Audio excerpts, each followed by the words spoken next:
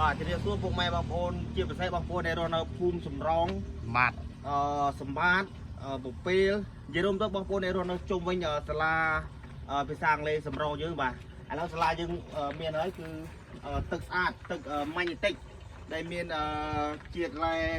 7.58 បាទហើយទឹកនេះយើង free ជូនបងប្អូនញ៉ាំទាំងអស់គ្នាទេបាទ free ហើយបងប្អូនដែលមានធុងបងប្អូនអាចយកទឹកមកចម្រោះបានយកធុងមកចម្រោះមកបងប្អូនអាចយកទៅញ៉ាំបានណាទឹកនេះអត់មានច្រឡំទឹកលាងដៃណាទឹកនេះទឹកល្អណាតែច្រឡំតែទឹកលាងដៃឲ្យយកមកលាងដៃយកទៅដាំបាយអត់ណាទឹកនេះគឺទឹកស្អាតនេះទឹកស្រាប់បរិភោគហើយជាពិសេសយើងមានschedule យើងមាន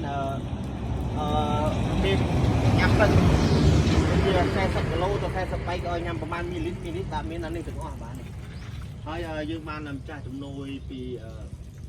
one degree forward នេះបាទ refill water here អញ្ចឹងបាននេះទឹកនេះគឺទឹក